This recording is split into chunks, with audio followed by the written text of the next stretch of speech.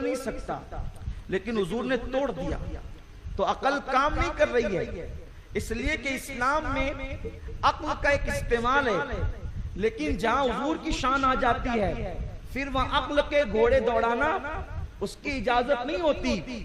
عقل عیار ہے، 100 بھیس بدل لیتی ہے، عشق بیچارہ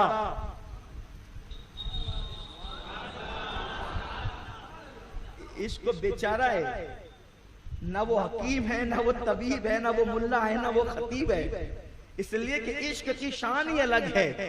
ہر دونوں منزل رود، ہر دو امیر کارواں، عقل و بحیلہ می رود، عشق رود کشاں کشاں۔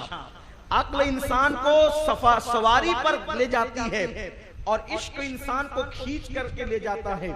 تو جہاں پر انسان کی عقل دنگ آ جائے، عقل انسان کی کام نہ کر سکے، اس کو معراج کہتے ہیں۔ اور اب آپ سنیے، معجزہ معراج ایسا معجزہ ہے کہ لوگ اس پر عقل کے گھوڑے دوڑا بھی نہیں سکتے۔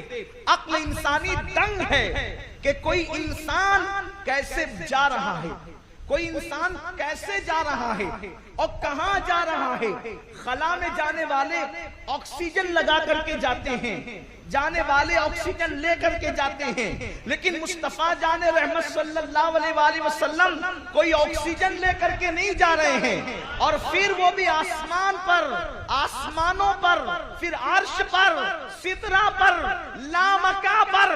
انسانی زندگی کے لیے سانس لینا ضروری، اور انسان کو اگر آکسیجن نہ ملے تو وہ مر جاتا ہے، وہ سانس نہیں لے پائے تو اس کی روح نکل جاتی ہے۔ یہ کیسا بشر ہے کہ یہ آکسیجن کا بھی محتاج نہیں ہے اور کس شان سے تشریف لے جا رہے ہیں۔ حضور کا معجزہ کس شان کا ہے، وہ آکسیجن کی کوئی ضرورت نہیں۔ یاد رکھیں، مکے کی گلیوں میں، بازار میں چلتا دیکھ کر جنہوں نے دھوکہ کھایا، وہ بغیر آکسیجن کے مصطفیٰ جان رحمت کو ذرا آسمانوں پہ جاتا بھی تو دیکھے، حضور کو وہاں جاتا بھی تو دیکھے۔ قربان جائیں میرے آقا صلی اللہ علیہ وسلم کا معجزہ، معجزہ معراج۔ اب یہ معجزہ معراج جو ہے یہ انسانوں کے لیے بھی معجزہ ہے اور فرشتوں کے لیے بھی معجزہ ہے۔ فرشتوں کے لیے تو اس طرح کہ کوئی بشر لامکہ کیسے جا سکتا، جانے والے کوئی دوسرے آسمان پر بھی ہے نا، کوئی چوتھے آسمان پر بھی ہے۔ بنا آسمان منزل ابن مریم، گئے لامکہ تاجدار مدینہ۔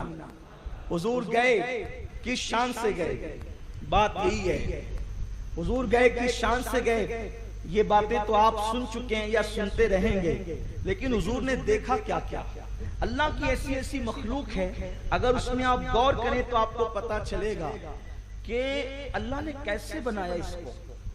کبھی جگنو کو یہ ہاتھ میں لے کر کے دیکھے کیسے لائٹ کی طرح چمکتا ہے، یہ کس نے طاقت دی ہے؟ میرے اللہ نے طاقت دی اس کو چمکنے کی، اور رات کو چمکتا ہے تو ایسا لگتا ہے کہ جیسے لائٹنگ جگمگا رہی ہو۔ کبھی بارش آئے جنگل میں تو دیکھنا کیسے جگمگاتا ہے۔ آقا کریم صلی اللہ علیہ وسلم عجائبات کا آغاز مکے سے شروع ہو گیا۔ دراصل یہ بات بھی آپ بار بار سن چکے ہیں، میں نے اس کا تذکرہ نہیں کرنا، صرف ذہن کو وہاں تک جوڑنے کے لیے، کڑیاں جوڑنے کے لیے صرف اشارے دینا ہے۔ جبریل علیہ السلام آئے 70,000 فرشتوں کو لے کر، حضور علیہ السلام کو بیدار کیا، وہ بھی بڑی شان سے، اپنی پیشانی اور اپنے لبوں کو حضور کے تلووں پہ ملا، اپنی پیشانی اور اپنے لبوں کو حضور کے تلووں پہ ملا۔ اور جب حضور کے تلووں پہ ملا، اور یاد رکھنا حضور کی شان سننا تو جیتے زندوں کی طرح سننا، ان کی شان سن کر تو مردے بھی بول پڑتے ہیں۔ ہاں، اپنے چہرے کو تلوہ مصطفیٰ پر ملا، اور معراج میں یہ ثابت کیا کہ جہاں جبریل کی انتہا ہے وہ تلوہ مصطفیٰ ہے، جس کو سدرۃ المنتہا کا مکی لوگ کہتے ہیں، اس کی انتہا قدم ناز مصطفیٰ ہے صلی اللہ علیہ وآلہ وسلم۔ حضور اٹھے، آقا فرماتے ہیں جبریل کیا بات ہے؟ جبریل امین عرض کرتے ہیں یا رسول اللہ، اللہ آپ کا مشتاق ہے، اللہ آپ کا مشتاق ہے، اللہ کو اشتیاق ہے آپ کا۔ آج اللہ آپ کو بلانا چاہتا ہے لامکاں پر، چلیے۔ حضور فرماتے ہیں جبریل پھر چلیے۔ آقا کریم نے غسل کیا اور اس غسل سے پہلے ایک واقعہ پیش آیا کہ حضور علیہ السلام کا سینہ چیرا گیا چوتھی اور آخری مرتبہ، کیونکہ شق صدر کا جو معجزہ ہے کہ سینہ چیرنے والا، وہ چار مرتبہ ہوا اور چوتھی مرتبہ Open your Angel One account in 3 quick and easy. جبریل نے اپنی انگلی سے حضور کا دل نکالا اور دل نکال کر اس کو دھویا اور دھو کر کے پھر اپنی جگہ پہ رکھا۔ میں سوچتا ہوں آج کی بائی پاس سرجری ان لوگوں کو اس سے ایک نتیجہ ملا کہ دل باہر آنے کے بعد بھی زندگی بچ سکتی ہے معراج والے مصطفیٰ کریم کے صدقے میں۔ لوگ مشینوں کے ذریعے سے بات کرتے ہیں، وہاں کوئی مشین نہیں تھی، حضور کا دل رکھا گیا پھر دھو کر اپنی جگہ۔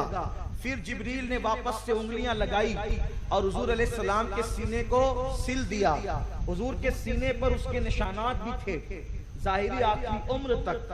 آقا کریم صلی اللہ علیہ وسلم فرماتے ہیں میں نے خوبصورت سا لباس پہنا، لباس پہن کر جب میں باہر آیا تو میں نے دیکھا کہ ایک براق کھڑا تھا۔ یہ براق یہ جو تھا حضور فرماتے ہیں یہ گدھے سے تھوڑا بڑا تھا اور کھچر سے تھوڑا چھوٹا تھا، کھچر سے چھوٹا اور گدھے سے بڑا۔ کھچر سمجھتے ہیں وہ لال لال وہ جو پھرتے ہیں نا گھوڑے ٹائپ میں، عام طور پہ نہیں، وہ جو لوگ اکثر سفر کرتے ہیں جن کو ہم اپنی زبان میں بنجارے کہتے ہیں، تو وہ اپنے ساتھ نہیں وہ بکریاں وغیرہ سب لے کر کے پھرتے ہیں، تو اکثر لال لال گھوڑے کی شکل والے اس کو کھچر کہتے ہیں۔ وہ گھوڑے نہیں ہوتے، وہ کھچر ہوتے ہیں۔ تو فرمایا کھچر سے چھوٹا اور گدھے سے بڑا۔ اور اس کی شان کیا تھی؟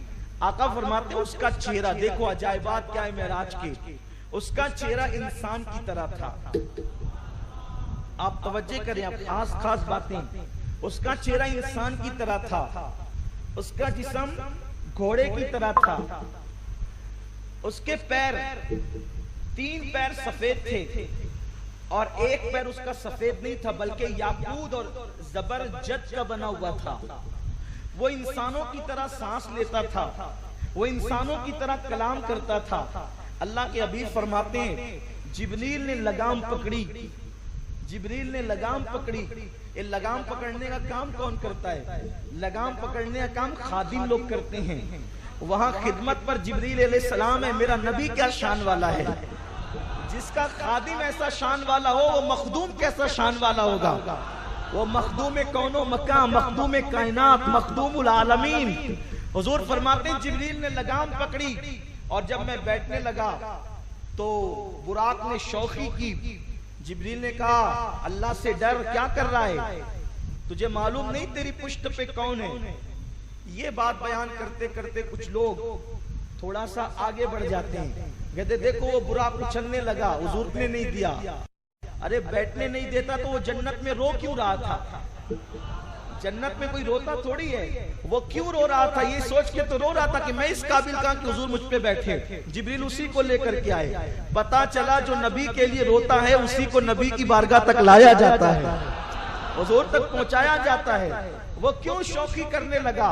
اصل میں آج کی رات مانگنے کی رات تھی، آج کی رات مانگنے کی رات تھی، کیونکہ آج کی رات معراج کی رات تھی، آج کی رات سب کو ملنے کی رات تھی، آج کی رات عطا کی رات تھی، آج کی رات سخا کی رات تھی، آج کی رات دینے کی رات تھی، آج کی رات مغفرت کی رات تھی، آج کی رات سب کی جھولیاں بھرنے والی تھی، آج کی رات سب کی مرادیں پوری ہونے والی تھی۔ رات کی مراد پوری ہو رہی ہے، دن کی مراد پوری ہو رہی ہے، اللہ اکبر، جبریل کی مراد پوری ہو رہی ہے، فرشتوں کی مراد پوری ہو رہی ہے، انبیاء کی مراد پوری ہو رہی ہے، لوگوں کی مراد پوری ہو رہی ہے، سب کی مراد پوری ہو رہی ہے۔ تو براق نے سوچا کہ میں کیوں پیچھے رہ جاؤں، میں بھی اپنی مرادیں مانگ لوں۔ مرادیں مل رہی ہے، شاد شاد ان کا سوالی ہے، لبوں پہ التجا ہے، ہاتھ میں روزے کی جالی ہے۔ براق